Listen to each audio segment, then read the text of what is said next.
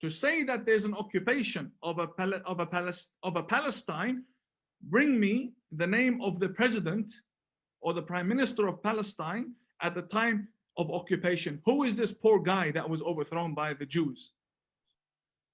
God is telling the world, I have a covenant between the Jews and myself. You're never going to get rid of them. Erase this idea from your mind. These people are my chosen people. They will be here forever. So nobody can do anything for you. You are a special group of people who got chosen. We have to acknowledge it. And this is genuine information that you will need.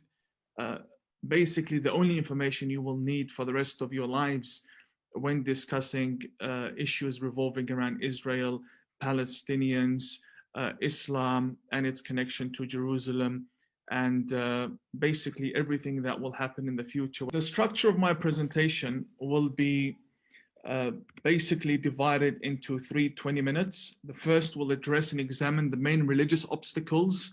Then I will be highlighting the geopolitical and geostrategic obstacles in the path of peace. And then we'll be reviewing some social obstacles while I provide my recommendations. And after that, I'll be taking questions from the audience as well as the panelists, I believe.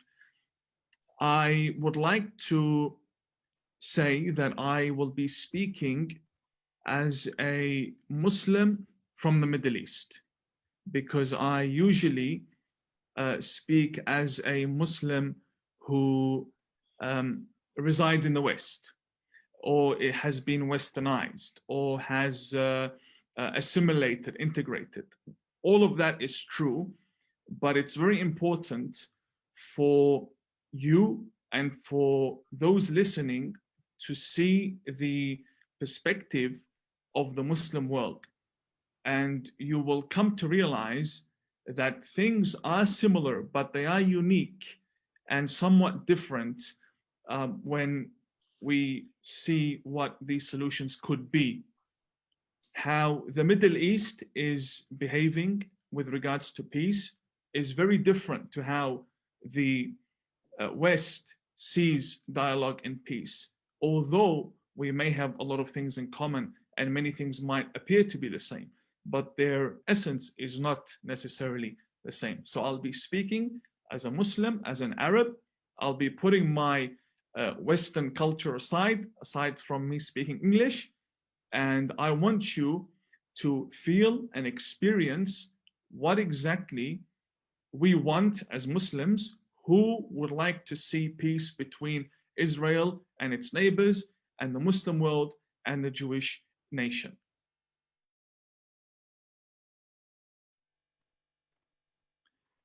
The religious obstacles are basically doubts that the Islamists, and when we say Islamists, we should define that before speaking about them. The Islamist is a Muslim who believes in militant means and violence to spread their religious ideology. They do not believe in peaceful approaches towards religion and dialogue and inviting people to the religion. They believe that militancy is justified. So there are doubts, but the doubts are not presented to the Muslim world as just basic questions. No, they are presented as religious orders. Here are three main examples of these doubts. So when speaking about normalization and seeking peace with the Jewish people, it is presented as a sin, as a form of betrayal to God, to the religion, to faith, to ourselves. And it is presented in three main categories, which then unpack themselves. We're not going to unpack them all, but I will be addressing them briefly. The first is that Jews are not to be associated with whatsoever. The second is that God is at war with the Jews. Now, there's a big difference between claiming that Jews are at war with God, because then they could stop that. But what militant Islam says is that, no. Where the Jews are at peace with God, or not, it is God that has decided to be against them, because they are the cause of all evil. And that is why you hear a lot of this nonsense that basically says things along the line of, at the end of time, Jews will be hiding behind trees, and the tree will call on to the Muslim to come and kill the Jew. Now, we need to just say, hold on a second. What's being said here is that nature and the planets and the rocks and the trees are all against Jews. So it's not an issue of faith. It's existence itself has rejected Jews. Therefore, a Muslim should not be, right? That's what the Islamists want. They create an obstacle for you and they make it seem very religious, as though it's an expectation from you. If you go against it, then you're essentially going against God. And by visiting a few verses, which we will today, we will see that none of these obstacles have any basis aside from them being political and carrying a lot of cultural fear to the point that a Muslim would question whether or not it's worth hugging a rabbi or visiting Israel and then having their family turn against them and so on, all in the name of religion. Then we have a lot of anti-Semitic tropes, a lot of accusations. For example, Jews killed prophets and whatnot. Then we have the main issue, and I believe this is related to the times we live in, and that is the issue of Palestinians and the state of Israel. So the claim that Jerusalem has been occupied, Palestine has been occupied, and therefore, even if Jews were not at war with God and God was not at war with the Jews, and even if Jews did not kill prophets and that nature is not against them, because they believe that Jews occupied Palestine, then there is no way. This is basically said to seal the case. Here it means treason, it means war against Muslims if you try to normalize with the Jews. Now, all of these claims go directly against the Quran, and I want to show you exactly how you can reach these verses. So we will be going to Quran.com, as you can see, Quran.com. And this is what you do, /verse 49, 13. Chapter 49, verse 13. The first accusation, the first charge is that Jews are not to be associated with, right?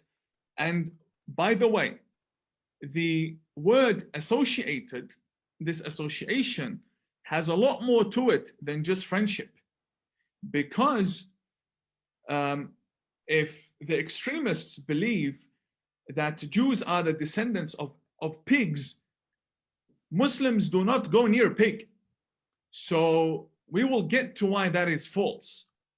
But what I want to point out now is that association has much more to do with than just being friends with them. That's why these obstacles are real and they need to be invalidated. And this is how you do it. Chapter 49, verse 13. What does God say to Muslims? Why this is important is because you will notice that all of my discussions revolve around the Quran. I do not discuss anything from the Torah, anything from the Bible. When discussing Islam and Jews, I do not speak about politics. We address it as we will later on, but that's to understand the situation we're in, not to clarify the truth. I do not discuss law, although I am a student of law. I do not discuss law. None of that is important. The Bible for me is not a book of authority. The Torah for me is not something I'm governed by. I, as a Muslim, if I want to be honest to myself, I am governed by the Quran. This is the book, this is the verse God will judge me by on the day of judgment. Nothing else. So if you want to do yourself a favor when discussing Islam and Jerusalem and the Jews, only use the Quran. If you're going to use history and geography, you've lost the debate. You've lost the discussion, because this is exactly what the extremists depend on. They depend on you to divert away from these verses. You need to stick to these verses and say, we're not talking history. We want to know what your God tells you as a Muslim. What does God tell you? So when I'm dealing with Jews and my family tell me, why are you speaking to Jews? I show them this verse. Case closed. What does God tell me as a Muslim? O mankind, he spoke to mankind, not just Muslims, not just the believers, all humans. Indeed, we have created you from male and female, and made you peoples and tribes, that you may know one another. This means that we were meant to associate with other people and other tribes. And the Jews were present in Arabia when this verse was revealed, and the Jews are a tribe. So which amongst these people is the best? God says to me, the best and most noble of you in the sight of God is the most righteous. So, all humans, the best of you is the most righteous. Not the best of you is the Muslim. Not the best of you is the one who prays 50 hours a week. It's who's the most righteous. And for you to get to know one another. So me getting to know Jews and hearing them out and sitting with them is not a violation of religion. That is the first obstacle out of the way.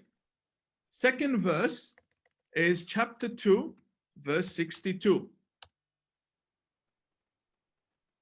Now, what does God tell me when the Islamist extremist tells me that God is at war with the Jews?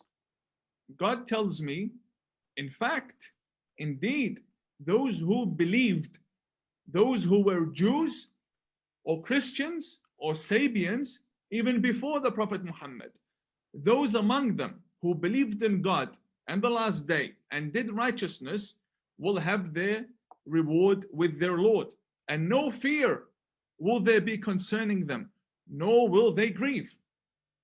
God clearly says he has no problem with the Jews. Why? Because they believe in him. Jews believed in God before Muslims. Our ancestors used to worship idols. We used to create gods from dates, and when they got hungry, they ate the date.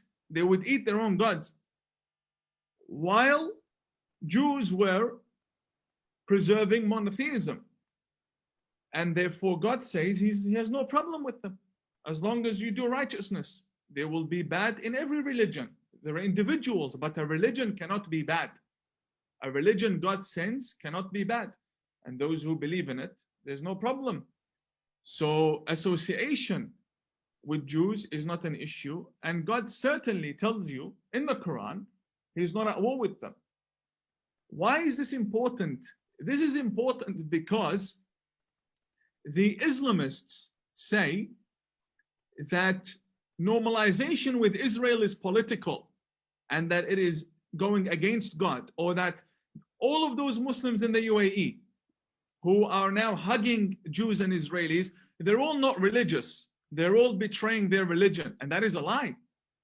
God tells them in the Quran, Jews have nothing to worry about. Why? Because they were there worshiping him way before us.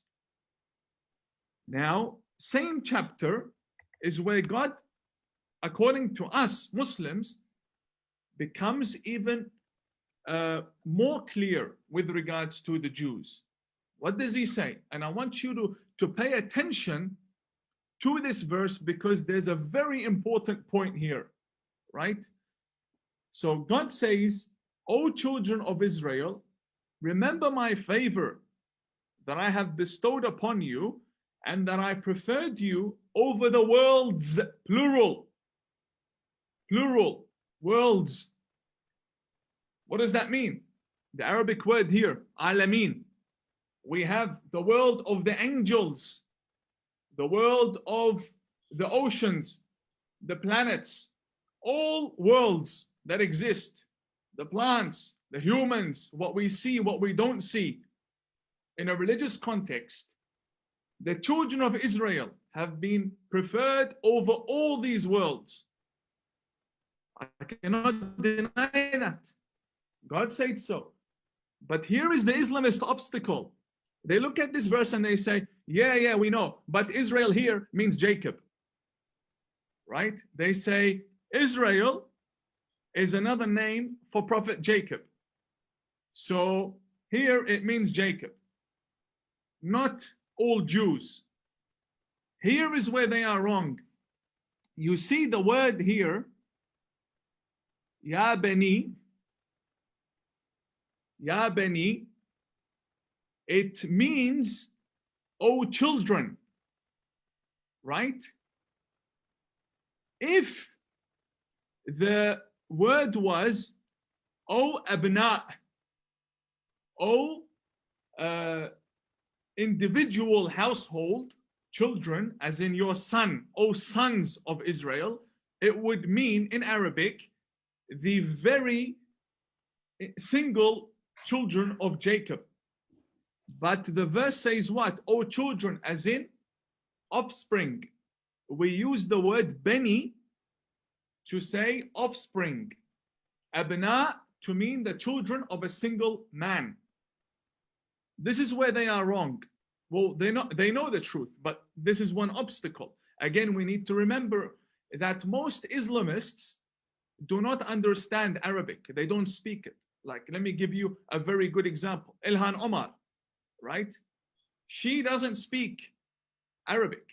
Maybe she could understand a few words, but she cannot read the Quran the same way a Muslim in the UAE can read it. This is a fact.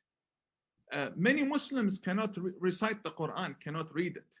So what do? They rely on interpretations. And this is also the case with many religious scripture. Sometimes someone who's a Jew cannot read the Torah. They need help. So what do? They rely. And because the Islamists are so organized and they publish and they have all of their campaigns to proselytize in order, they have an advantage. So it's very important to note these issues. The other case was that the Jews sinned, right? They sinned and that they killed prophets. This is a historical fact. But here is where the Islamists are wrong. We Muslims also killed the Prophet Muhammad. The Prophet Muhammad and his family were murdered by Muslims. Yazid from the Umayyad dynasty killed Hussein, the grandson of the Prophet Muhammad, in the famous Battle of Karbala. There's always been conflict between the family of the Prophet during his lifetime and after his lifetime. So does that mean that all Muslims are bad because a group of them decided to sin, regardless of what sin it may be? Right? Regardless of the sin.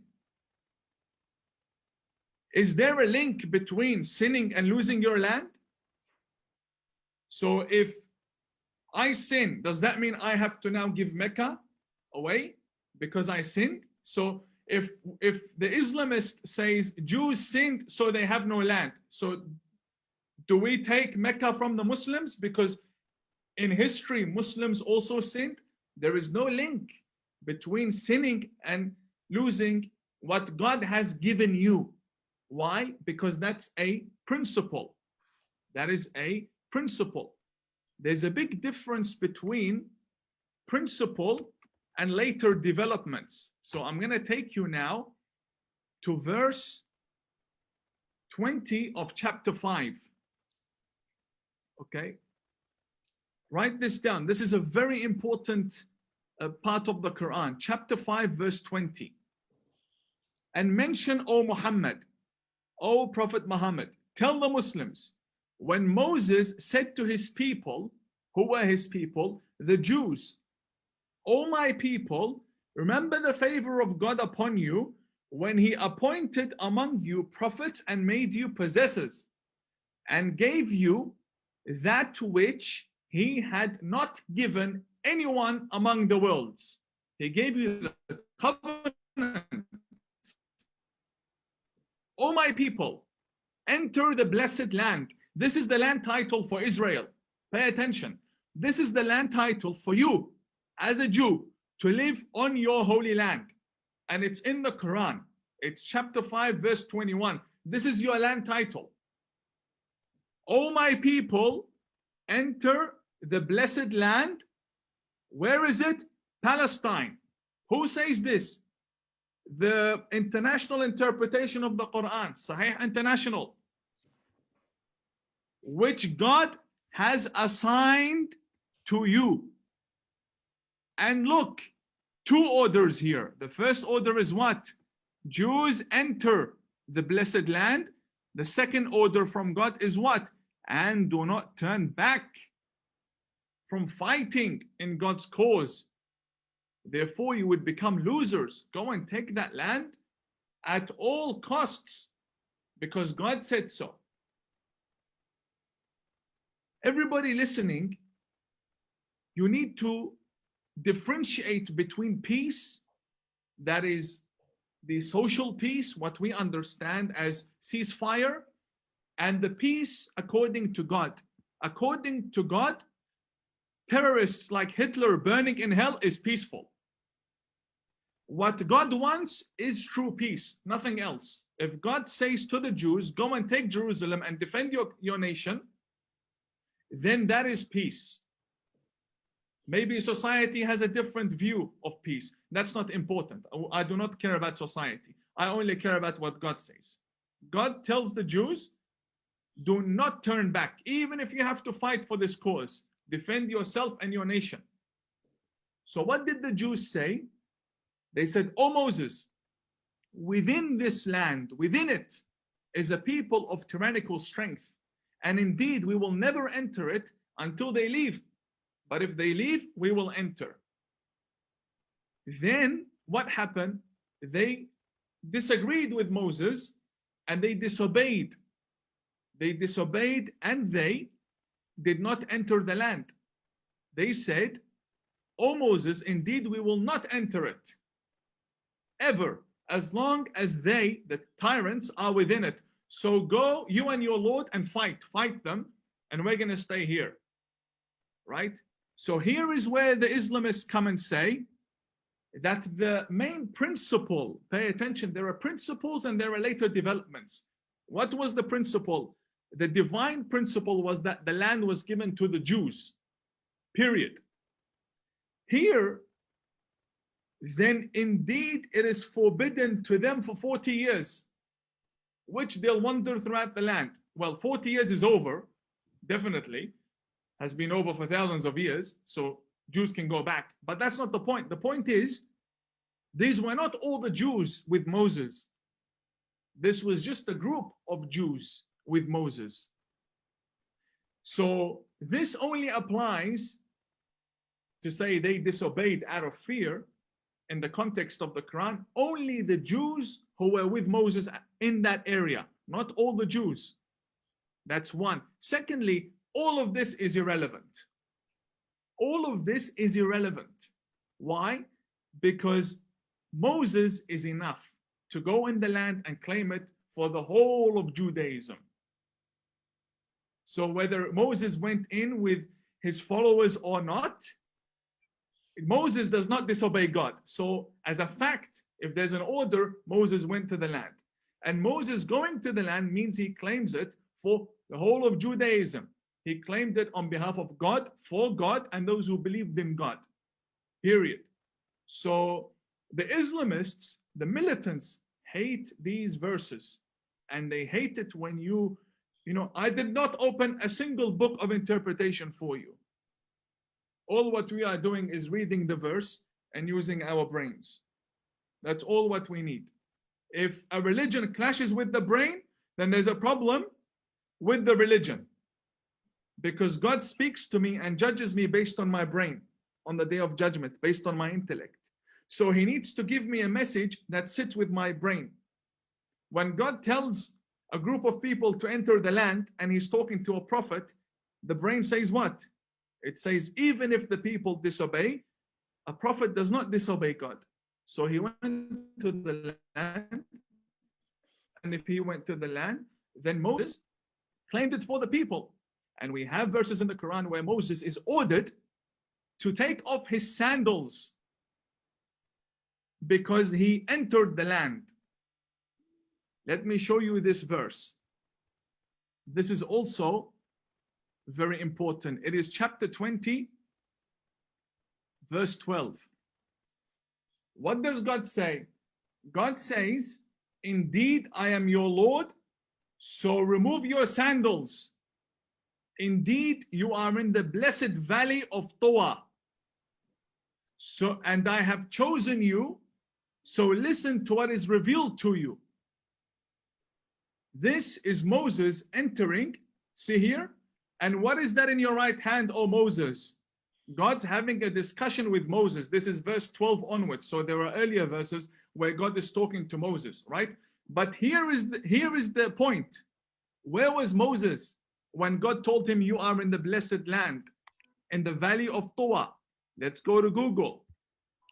Let me show you this. Where is the valley of Towa? Right? Just an example, right? Sinai. We call it Towa. So what do we understand? That the blessed land is not what Israel claims to be its borders.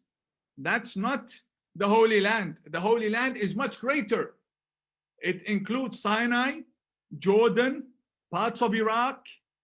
It spans way across the oceans and whatnot. That is what the Quran means when it says the Holy Land. Wadi, valleys, not just the Israel of the map today. These Palestinians and their mufti and the Islamists, if they were really fighting for the Holy Land, they would go and claim Jordan and claim Mount Sinai and claim the oceans and the rivers, because that's all one package. Religion, we're not selling tomatoes. You can't just say, I want Jerusalem, and you have the rest. No, it's all Holy Land. As a Muslim, I defend Mecca, not just the Black Cube, the whole of Mecca and the whole of Medina. And when I say Mecca belongs to me, I don't mean the mosque, I mean the entire city as a Muslim. So if you have the Palestinians claiming that the land is theirs, you can't claim just Jerusalem, you have to claim all of it. But that doesn't happen. Again, another Islamist obstacle that has no basis whatsoever in religion. Back to the presentation. So we have gone through the first issues and how the Jews have occupied Jerusalem. That is a lie. Why? Because Jews were ordered to go to Jerusalem the same way the Prophet Muhammad was ordered to go to Mecca. No one says Muhammad, our Prophet, peace be upon him, occupied Mecca, because God ordered him. And Moses is a prophet and God ordered him. So case closed. But here is the issue. But what about Al-Aqsa Mosque? What do we do about Al-Aqsa Mosque? It's there. But here is the other obstacle that has no basis whatsoever. And this is extremely important, my friends. Let's go to Google and just type Aqsa Mosque built date. This is a fact, but I'm just showing you this because I need you to, numbers don't lie. Numbers do not lie. When was Al-Aqsa Mosque built? It was built in 705. By who? By Abdul Malik bin Marwan, the Umayyad Caliph, right? So 705, Prophet Muhammad death. The Prophet died in 632, 73 years earlier. So here is the question we have. as a Muslim, this is my question. This is the supposed Al-Aqsa Mosque. Okay? So, if the Prophet Muhammad is believed to have come here on a miracle, he was raised from Mecca by miracle and he came here, how could he come here when this mosque came to exist 73 years after he died? How is that possible? The Prophet dies in 632. This is finished and built. The first prayer is held here in the year 705. How is it possible? That's impossible. It cannot happen. Because the Quran finished when the Prophet Muhammad was alive.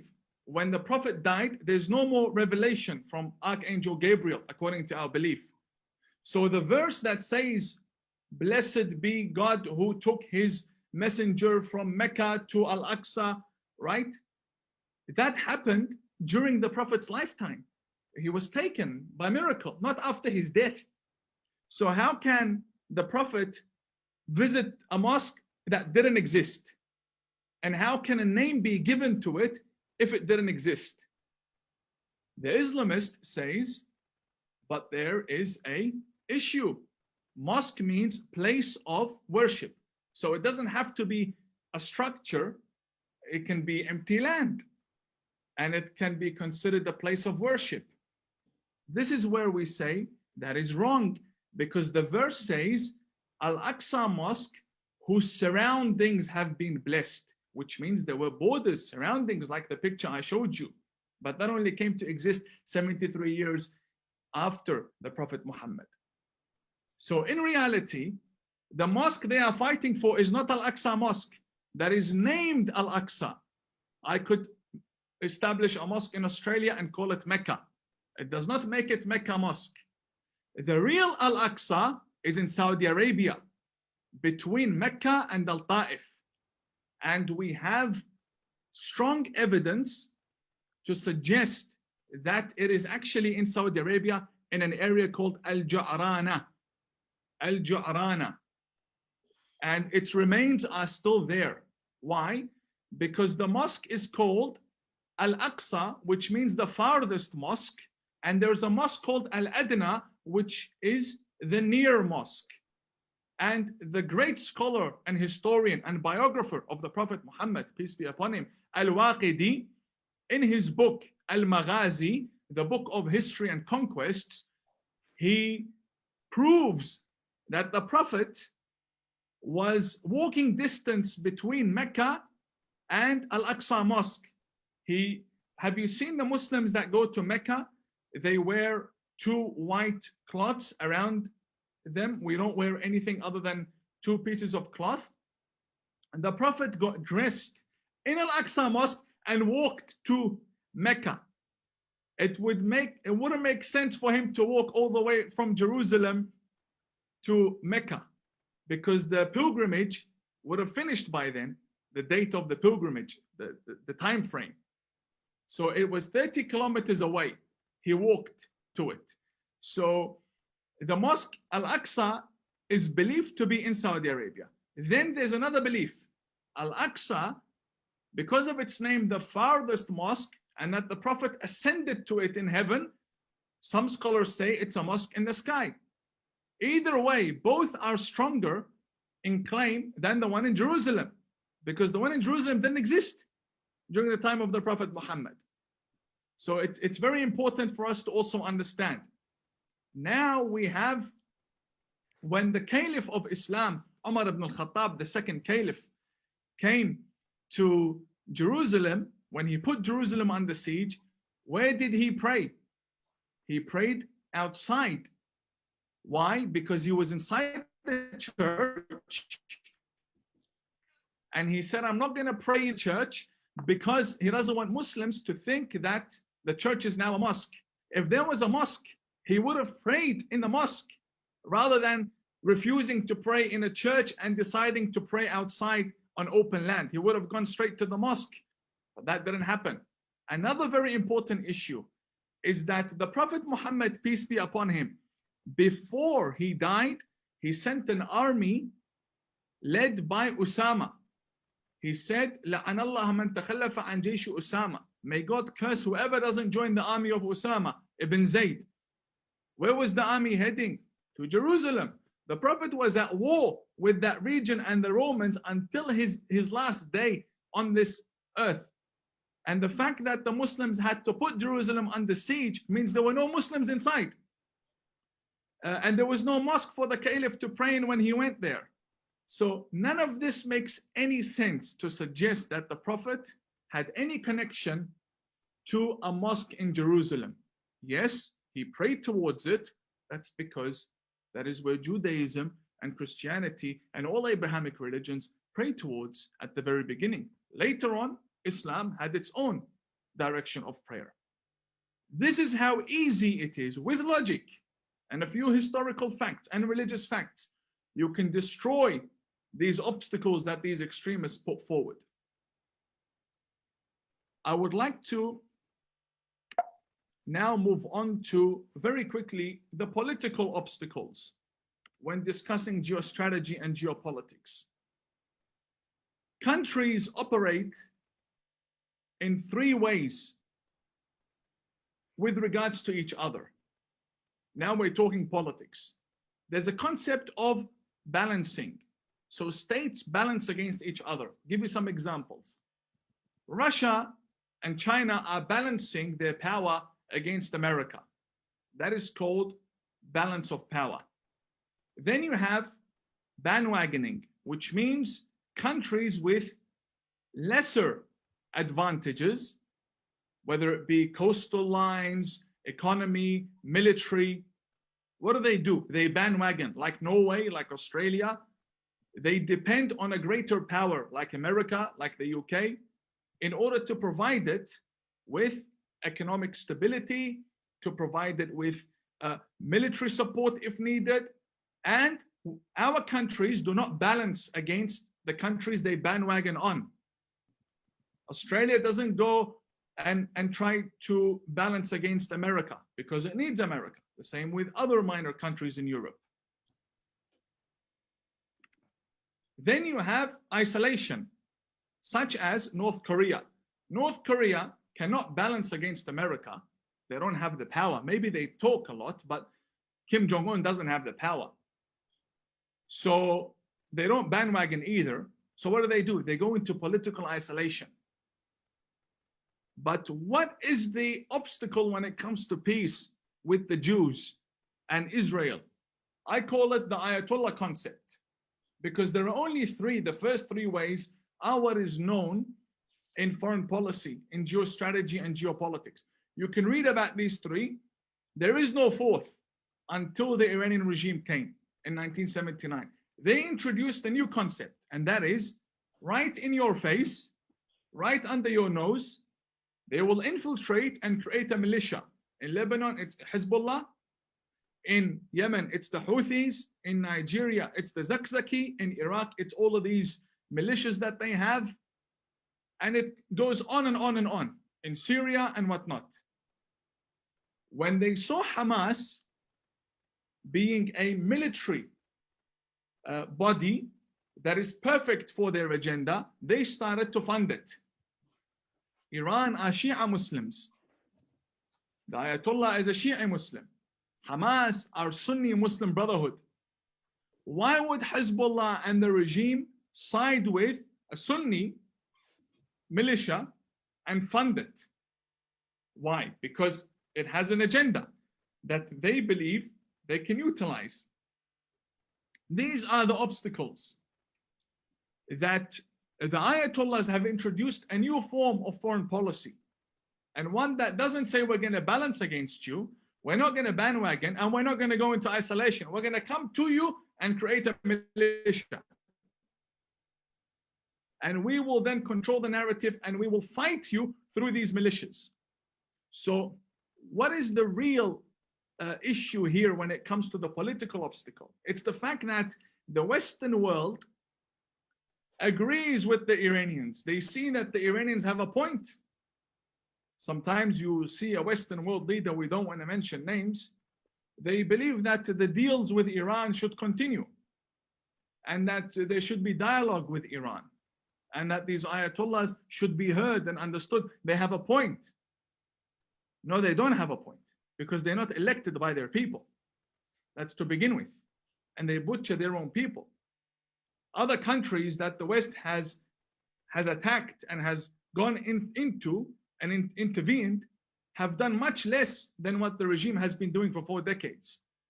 So this obstacle is mainly driven by think tanks in America, in Europe, where whenever the issue of drawing the red line for the regime is raised, they come and they say, oh, no, no, no, no.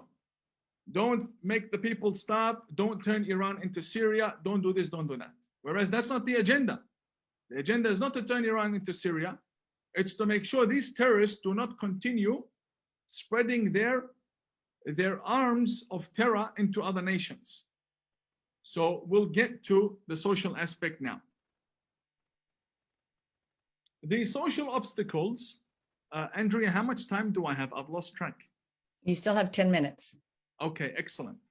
So the social obstacles, I want to be very frank with, because I believe that what comes from the heart sits in the heart. There is an identity crisis, my friends. An identity crisis when it comes to discussing both the West and also discussing the Palestinians. Firstly, the Jewish people, many Jewish people, they refer to the Palestinians as Arabs. The Palestinians are not Arabs. Who said they are Arabs? They are not Arabs. The Palestinians are the descendants of the Romans, of the Mongols, of the Gypsies, of other nations that existed in that region. They are not Arab. So there is an identity crisis, and we should stop calling them Arabs because they're not Arabs. An Arab is someone who descends from an Arabian tribe that comes from Yemen. I come from the Budayri tribe. We descend from Hatam al-Ta'i, the well-known Arabian legend. Al-Sauda Arabs, Al-Thani, Al-Nahyan, the rulers of the UAE. These are Arabs. The Palestinians are Arabized. They've adopted Arab culture. They are not Arabs. They are families. They're not tribes. So the Egyptians are Africans. They're not Arabs. They call themselves Arabs because they speak Arabic. They've been Arabized, but they're Africans. The Lebanese are Phoenicians. They're not Arabs, but they speak Arabic, some of them. They've been Arabized. Same with Pakistan. Pakistan, they threw out Hindu language. They adopted Urdu, has many Arabic words. They dress like Arabs. They adopt Islam. They have the culture. They're Arabized. They're not Arabs. So the Palestinians are not Arabs. The Arabs who came to the region and live in the Palestinian areas have no claim to the land because they're not from there. They belong elsewhere. It's very important for us to understand this, which means the cause is not an Arab cause. It's not Israel versus the Arab world. And it's not an Islamic cause either, because the mosque is not agreed upon to be there to begin with. And Israel has not declared war against Islam. It's an issue of Israel and its neighbors dispute over borders. To say that there's an occupation of a Palestine, bring me the name of the president or the prime minister of Palestine at the time of occupation. Who is this poor guy that was overthrown by the Jews? Give me the name of the ministers who served in that Palestinian state that was overthrown and occupied. They do not exist. So I'm speaking to you as an Arab, not as a Westerner.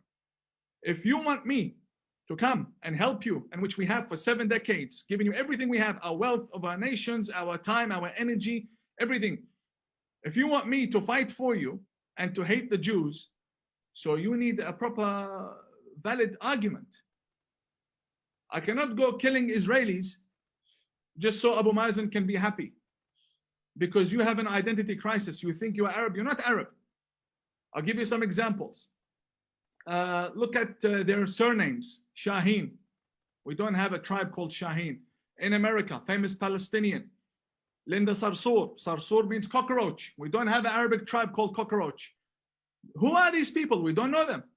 They're not from our regions. They don't. Look, if you say that the identity that works, fluid identity that works in the West is going to work in our regions, I tell you you're wrong.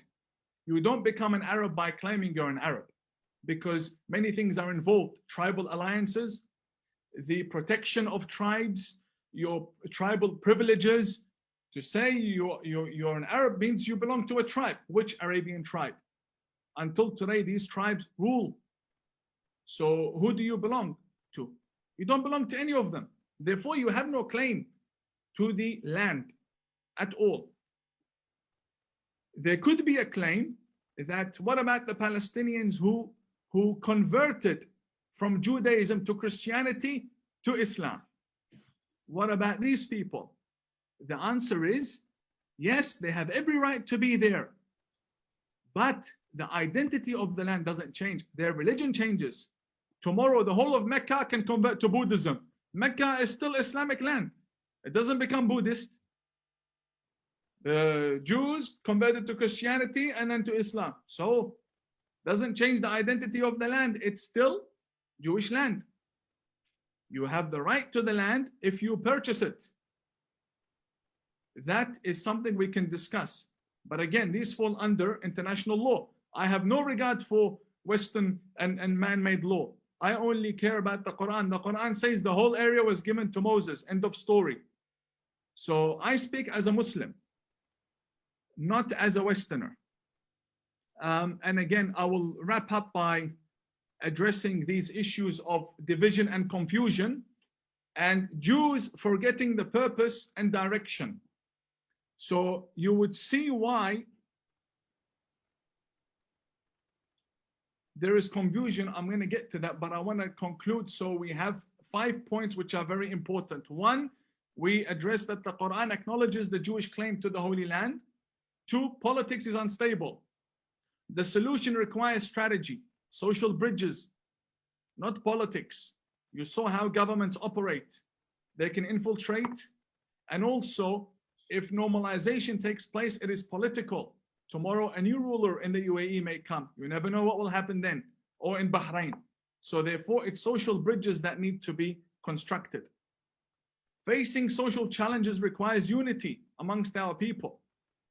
Palestinians are not Arabs. We discussed that. And then the Jewish claim must be amplified. This takes me back to what I want to conclude with. There's a lot of division, as you can see, because of what I am saying. The Islamists have their agenda. You have powerful people in the West who say they have a point, and therefore the truth gets lost between both people. But if we say, hang on, you're a Muslim, what is your book? The Quran, this is what it says. End of story. That's how I left my extremist beliefs, by just reading the Quran. We did nothing other than read the Quran today and discuss a few social issues, but my belief is due to what the Quran says. That division and confusion can only go if the Jews are united. And I want to say this as a friend. Jewish people are very divided amongst themselves when it comes to this issue of how to defend your rights. Firstly, what is your claim? I am an Arab and a Muslim. I don't know what the Jewish claim is until today. What do you want? Do you want Jerusalem? You're not loud enough. You look at the Palestinian claim. What are they claiming? Jerusalem. What are the Jews claiming? We don't know. We know they want to live in their holy land, but if you do not start claiming Jerusalem, then nobody's going to take your cause seriously, or at least it's not going to be taken as serious as you would like for it to be taken. If the land is yours, you need to say the land is ours every single day, the same way the other side is doing. If the world needs you, You don't need anyone. Listen, from an Arab, for centuries, people tried to persecute you as Jews. They failed. You did not have a government to protect you until Israel came. There was no government protecting Jews before then. You still survived. You do not proselytize. You don't have stalls in the street calling people to Judaism. One of these would be enough for any religion to go extinct. Persecution, no protection, and no invitation. One of these would be enough for a religion, and that's how many religions have gone extinct. God is telling the world, I have a covenant between the Jews and myself. You're never going to get rid of them. Erase this idea from your mind. These people are my chosen people. They will be here forever. So nobody can do anything for you. You are a special group of people who got chosen. We have to acknowledge it. And that's why all prophets, until, well, you don't believe in Jesus as Jews, but Jesus was a Jew and he's a prophet to us. And the Prophet Muhammad was not a Jew, but he married Jews. So God chose that lineage from that tribe to carry his message. We need to acknowledge that. It's 2025. America's debt is over $37 trillion, and the dollar just had its worst crash since 1973. That puts your savings and your family's future at risk. That's why we trust Alpha Omega Gold, a company that stands unapologetically with Israel and supports Stand Tall Israel. Visit ao.gold/stand to claim your free precious metals wayfinder guide or call 1-855-426-4653 today. Protect your future before it's too late.